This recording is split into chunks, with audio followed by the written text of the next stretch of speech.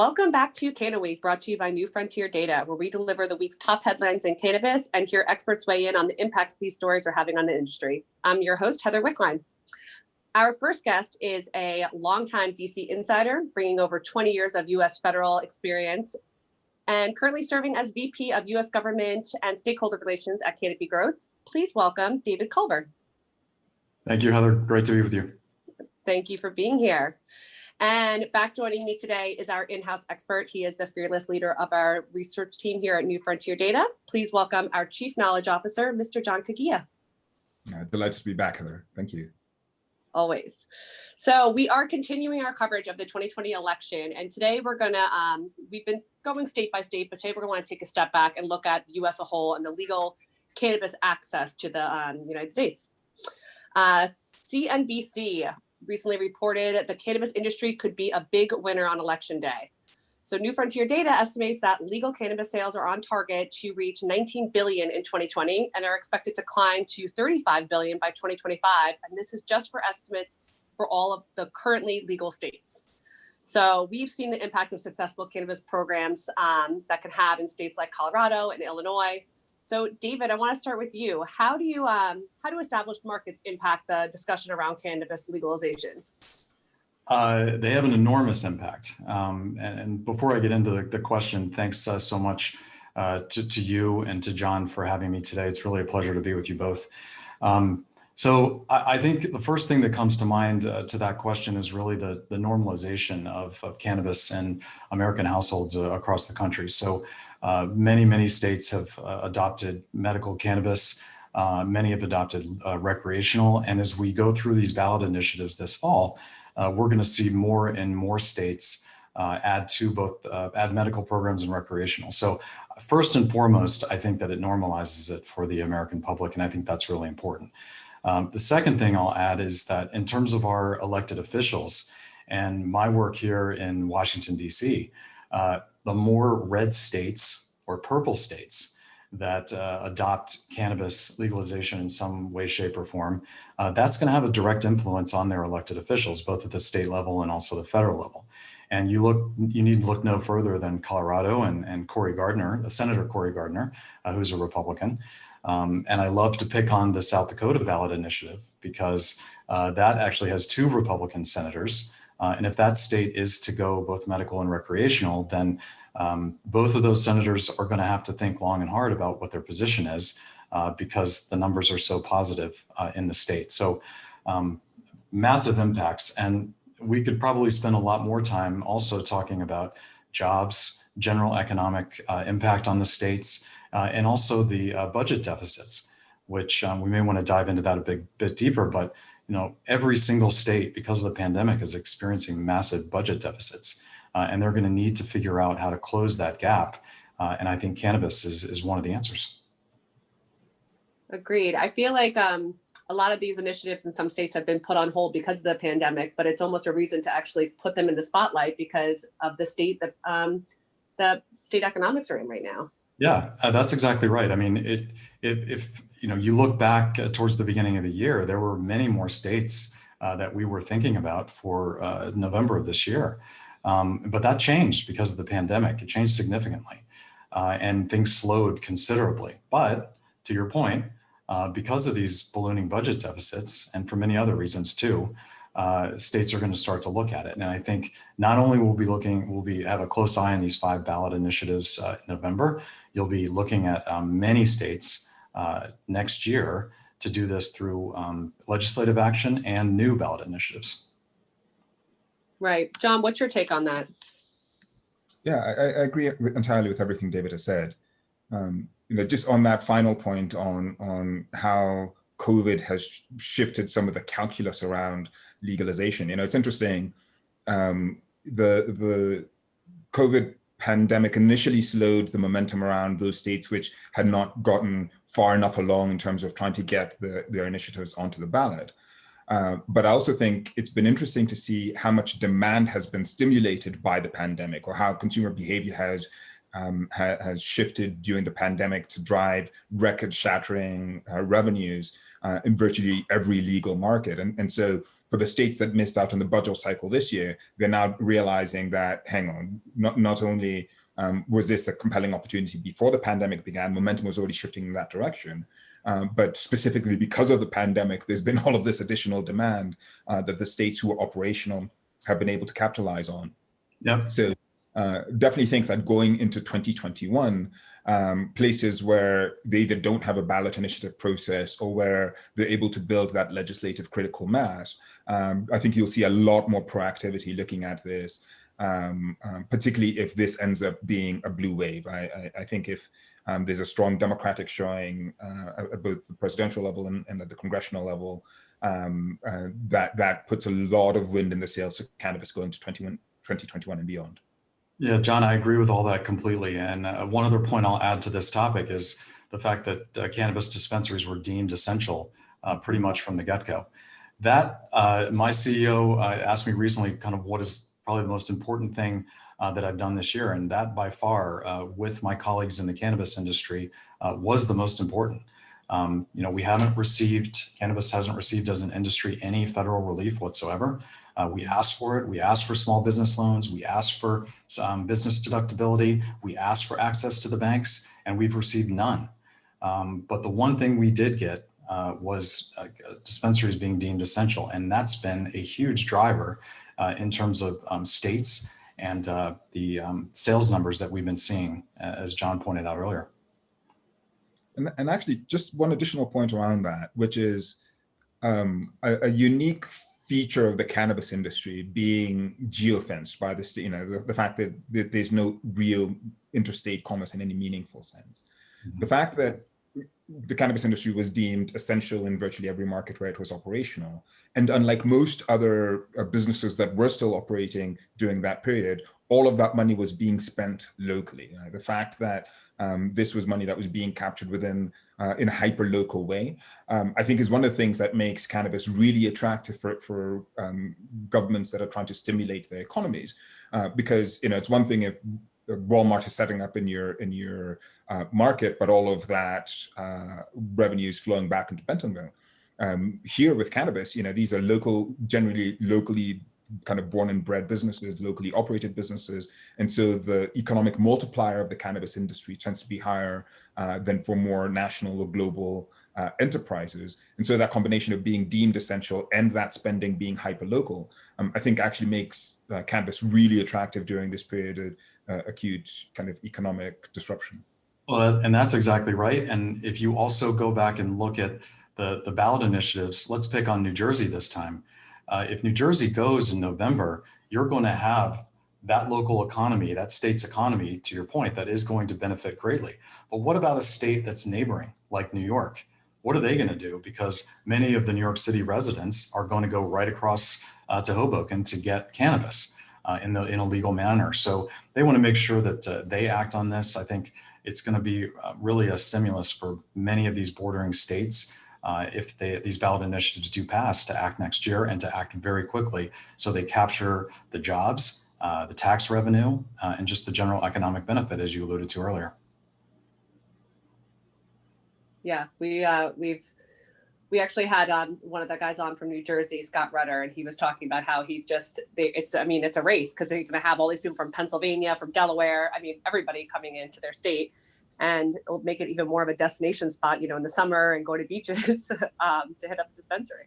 Yeah, I had recently on my Under the Canopy series, Axel Burnaby, who works for Governor Cuomo and tackles many of the important cannabis issues that we face on a day-to-day basis in that state, and CBD too, for that matter. And he talked extensively about this and the importance of New York legalizing, or at least beginning the process again next year.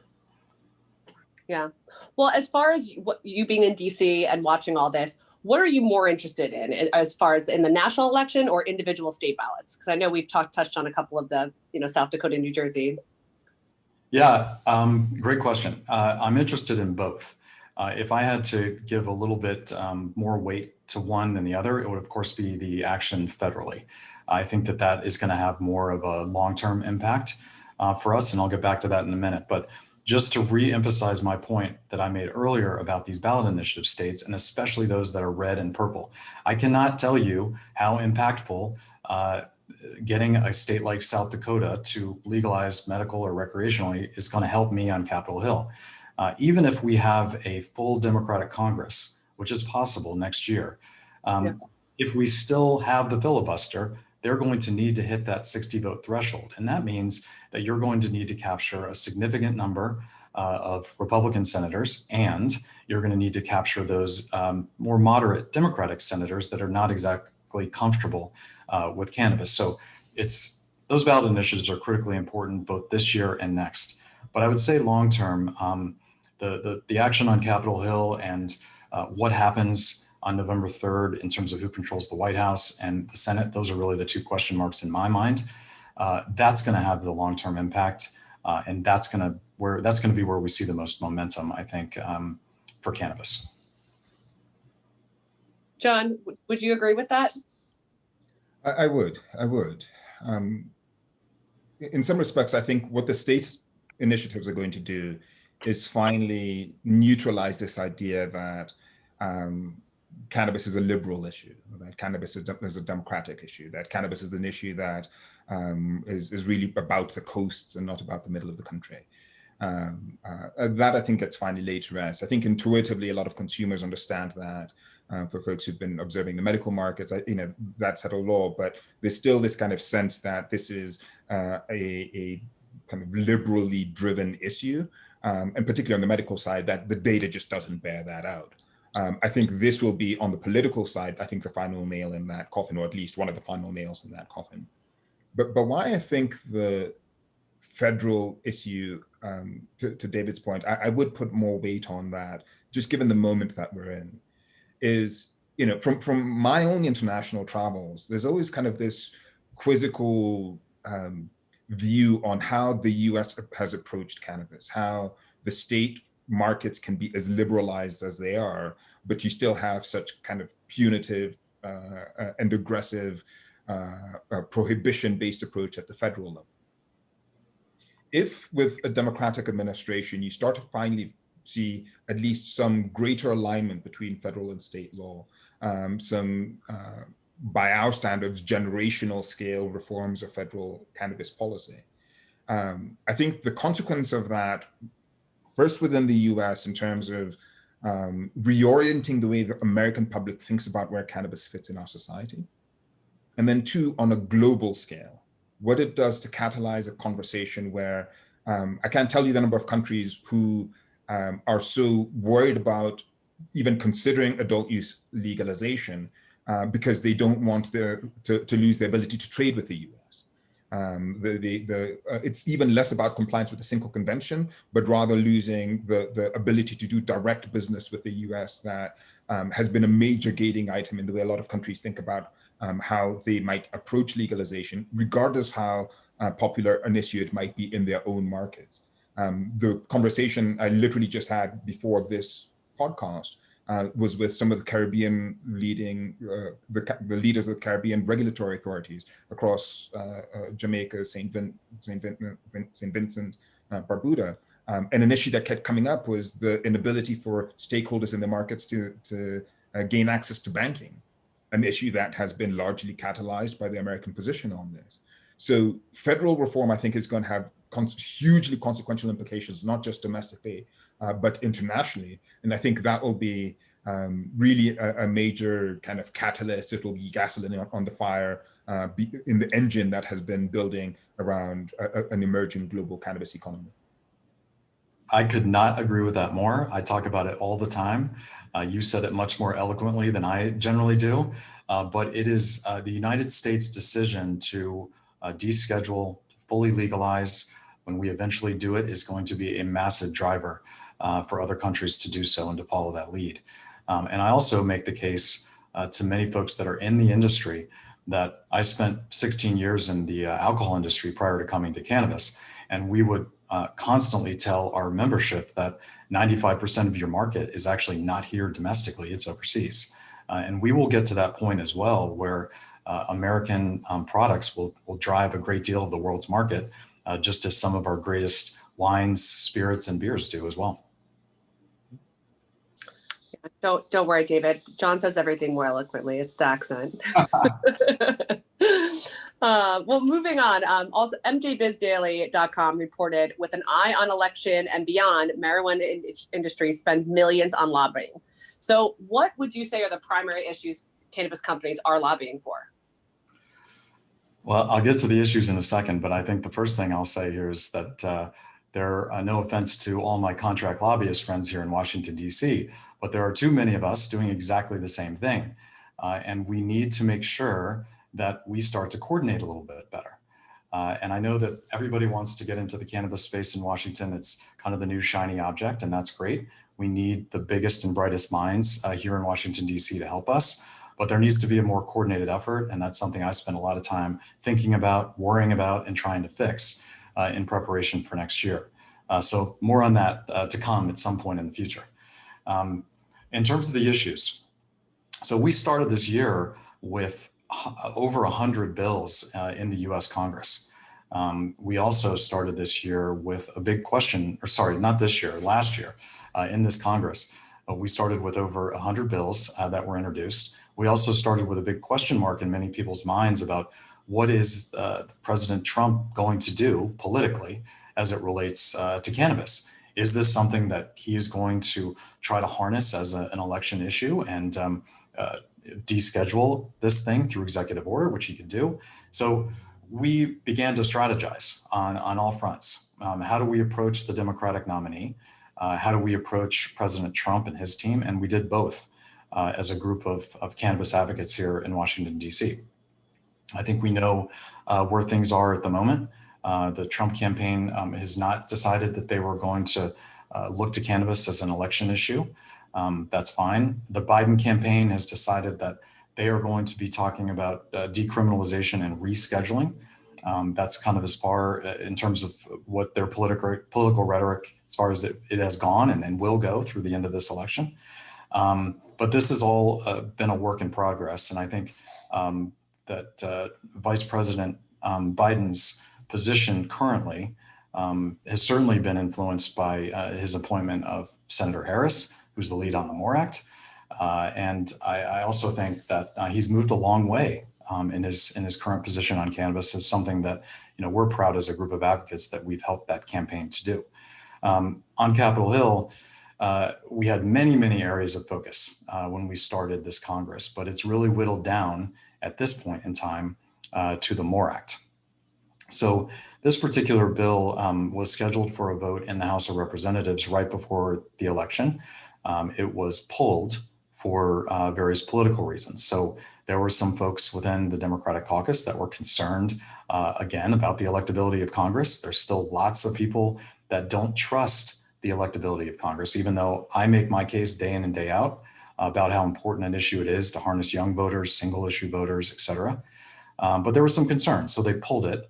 There's an ironclad promise now from House leadership to put this onto the floor in the lame duck period, so the period after the election before they recess for the year.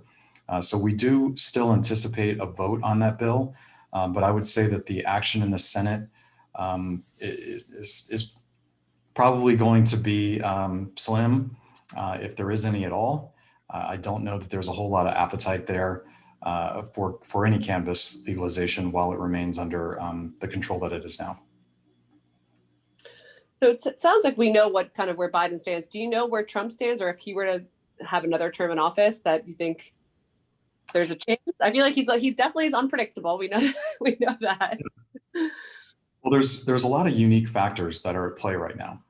So first of all, at some point next year, we're going to come out of this pandemic, like every crisis in this country, and we're going to do so in a very confident and robust way, in my opinion. That's going to mean creating jobs, tax revenue, et cetera. And the president's going to have to make a decision about cannabis. Does he want a new industry? Does he want hundreds of thousands of jobs to add on to the existing jobs that we currently have? I don't know the answer to that, but I honestly don't know how they turn their back on those economic numbers. But the only real thing we've heard out of the president is that he did say as he was getting ready to get on Marine One last year that he would sign the States Act if it came to his desk, and that was about all we know. He's been pretty cagey and not really, Pretty cagey. and they haven't adopted it as a campaign issue in any way, shape, or form. I really just think it's going to come down to whether they need the jobs and they need the tax revenue and just the general economics of cannabis, because they will be very, very big numbers. Right. Well, what does this election mean for a public company like Canopy? It means a lot. Canopy Growth is in a very unique position in that we have entered the U.S. market in the CBD space only. So our first entry was in the southern tier of New York. You all have probably seen some of the products that we've put to market of late. We've had many SKUs that have come to market this fall, including our Martha Stewart line that was just rolled out. But we will not engage in medical or recreational, even if it's legal in that particular state, until federally permissible.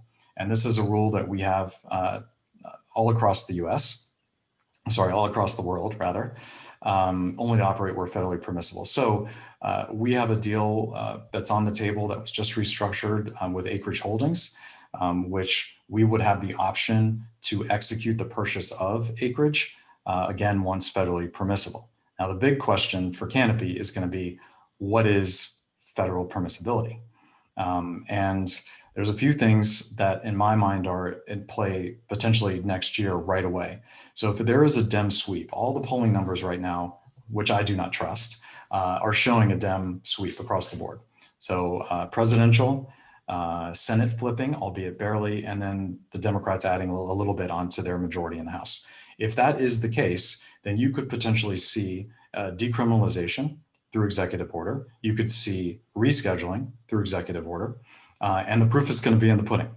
Right now, all we've seen is political rhetoric. We haven't seen any sort of exact language. And it'll be interesting to see exactly how that's written up and if that does have an impact on us. The second is that if Congress is full Democratic control, I do think you're going to see the MORE Act go through the House of Representatives. It'll be a 2.0 version, hopefully with a well thought through regulatory structure that's specific to cannabis. And then the question is, can it get through the Senate? Can it get through that 60 vote threshold that I referenced earlier and to the president's desk? And then the final hurdle, of course, is, does President Biden sign it? And that question is one that is fascinating to me. I don't know the answer to it, but I do know that the parallels between Vice President Biden and Senator Harris right now are uncanny when you look back at 2008 and then Senator Obama and Senator Biden, Senator in the marriage equality issue. Senator Biden was excellent on the issue with the marriage equality groups, and Senator Obama at the time was not. We all know how that one played out. And I think that you've got kind of the reverse situation right now, and it's rather ironic that Biden is in the seat that he is right now. But, it could be a really, really impactful year for Canopy Growth next year if all the stars aligned politically and we get the movement that I just walked you through. So what you're saying, it's a really, really easy, simple process. Nothing in Washington is easy and simple. I refer to it as the sausage making, and it is a messy, nasty process. And where things start are never where they end. And I think there's been a lot of speculation of late too, Heather, about what does a compromise piece of legislation look like? And does it look like the States Act, or does it look like the MORE Act, or can something get through Congress without the reparative justice pieces? And my answer to that is it shouldn't. But that's really a big debate that's kind of going on in the media right now, and also within the advocacy groups here in Washington, D.C. about really the art of the possible versus what we would all like to see happen. Yeah. John, I know you've been following the polls and everything pretty closely. What are your thoughts on this? So a couple of thoughts. One, it's interesting. There's very few people who are single issue cannabis voters. We actually just did this as part of our cannabis consumer survey that we completed about 2 weeks ago. And one of the things that stood out to me was just how small the proportion of people who say cannabis is the top issue that they're voting on was. But I think it's important to understand it's not because cannabis is not important to these stakeholders. I actually think our season of single issue cannabis voters has passed, because for so many people, this is now a foregone conclusion. I think as a country, we underestimate how far public opinion has swung on this, that in terms of social acceptance, in terms of kind of appreciation of the therapeutic value of cannabis, in terms of the assumption and expectation that cannabis should be legal and regulated on a national basis, that the politicians are actually lagging dramatically far behind where public opinion sits. And then second, and I love the fact that you used the marriage equality issue, because I think this is a really elegant analog to what we're seeing there in terms of how quickly this issue has moved, and the idea that we can't put this genie back in the bottle. Based on our assessment, it is not a question of if the US is going to ultimately move toward some fundamental federal-based reform. It's just a matter of when, because again, public opinion has shifted so dramatically in support of, and not just in support of, but in acceptance of the morality of cannabis use. I was struck by this Gallup poll that found 7 in 10 say that smoking cannabis is morally acceptable. It's nearly 9 in 10 now who believe that cannabis has medicinal value. And the last, both Pew and Gallup polls showed that 2/3, and I think that number is actually higher now, believe cannabis should be nationally legal. So that ship has already sailed. And the question is how quickly and how acutely the political class is going to start feeling some pressure around aligning national policy to reflect what is increasingly settled public view.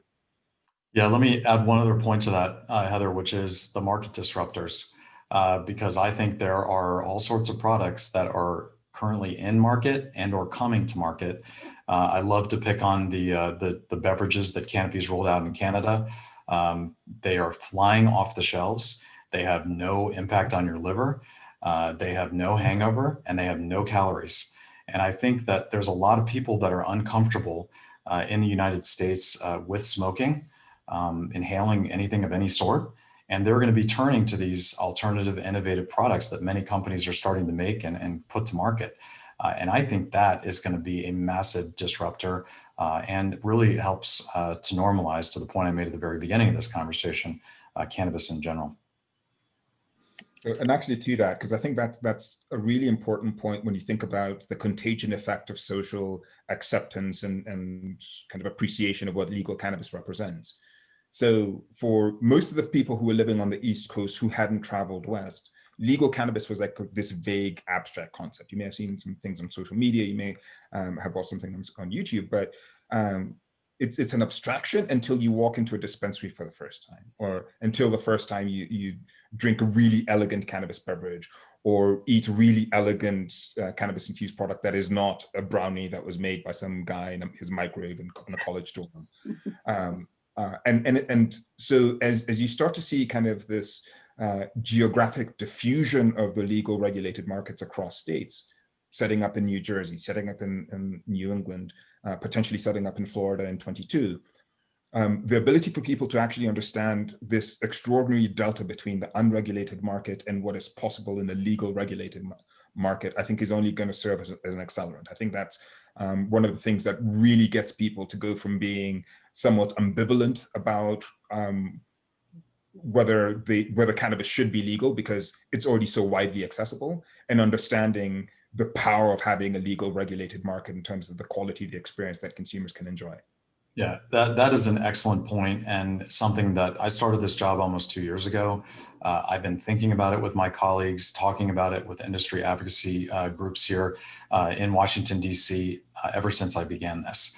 And it's an argument that we make in state capitals, we make it here on Capitol Hill, and we're also spending a lot of time trying to figure out what that regulatory structure is on the federal level that is specific to cannabis. Something that actually fits, because the tobacco model, which is what the MORE Act punts the regulatory structure to, it doesn't work. This is a completely different animal than tobacco, and there needs to be something that's very specific. So I think you're going to see on Capitol Hill, there's a lot of interest in this discussion already. Potentially you'll see it in the lame duck, and for sure next year. as these cannabis legalization bills are reintroduced, you're going to see a lot more sophisticated regulatory framework for cannabis that has some federal oversight. But I agree wholeheartedly with every point that you just made. Yeah, I think also another funny thing to think about is that just because we've done so much consumer research, just what the cannabis consumer looks like. And I feel like some people in their mind think of this kid with a tie-dye t-shirt living in their parents' basement. And when you really look at, these cannabis consumers buy Mercedes, buy Lexus, they're 40-year-old soccer moms. I think educating people on who the consumer is, opens it up to a lot bigger of an audience. And just makes it, like you said, normalizes the product a lot more. Well, we are almost out of time, but any final thoughts for our audience before we say goodbye? Well, let's see. I hope that everybody that is listening, first of all, I hope you all vote. This is about as important an election as I've ever witnessed in my entire life. And it doesn't matter what your politics are.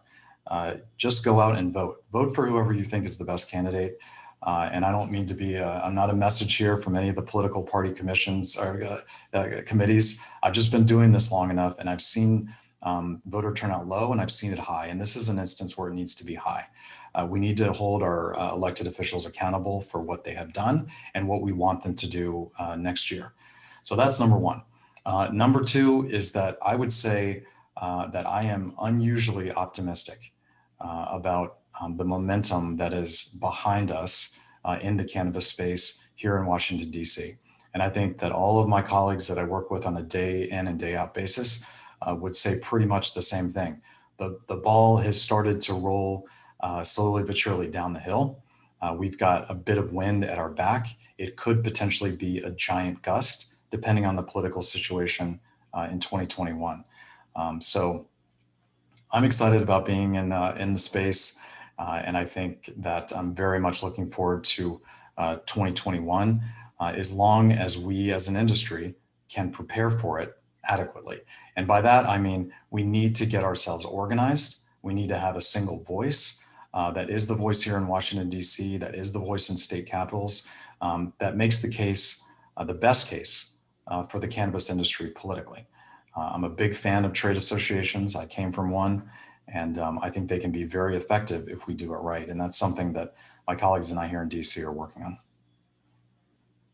Nice. John, anything for our listeners? I would absolutely echo the point about getting out to vote, regardless of who you are going to be supporting or what issues are going to be animating your vote. This is really, really critical that every voice is heard. A subset of that, for those who are may not be single issue voters around cannabis, but who are living in states where this issue is going to be on the ballot. It's interesting, and I don't mean to put undue pressure on the folks who are in those markets, but the outcomes of the ballot initiatives, and to David's point, particularly in the states which are red and purple, the outcomes of those ballot initiatives, I think, are going to have a hugely consequential influence in the way people think about where public opinion is on this, going to the lame duck session, going to 2021. So, the stronger the turnout or the stronger the outcomes of the cannabis initiatives going into this cycle, I think that's going to be quite influential in what we see, and whether this is another cycle of incremental but important gains to the market, or whether this ends up being a leapfrogging cycle as we look ahead. And then finally, I think it's important to just kind of put what's happening in the US right now in a global context. And across the board, the world is watching intensely. I'm doing this podcast right now from Kenya. And I've been struck by how the American political conversation is getting as much coverage as the Kenyan political conversation, and has been for the past little while. And particularly for the global cannabis community that has taken so much direction from what the US has done. The impact of the outcomes of the US election and what happens as a byproduct of the US election in terms of federal policy will have phenomenally consequential global reverberations. And so, while there's truth to this adage about think global and act local, in this case, I think it is absolutely true that the decisions made at the district level here in the US are going to reverberate globally. And so don't discount the role that the stakeholders that everyone who votes in this cycle could have in shaping the future of the emerging global cannabis economy. Awesome. Well, thank you both so much for your time. And thank you to our listeners for joining us at CannaWeek. Please be sure to like and subscribe to the podcast, and to keep up to date on all the election coverage and everything happening state by state, please visit newfrontierdata.com/2020. It is updated regularly in real time. I'm your host, Heather Wickline, and we will see you next time. Thank you.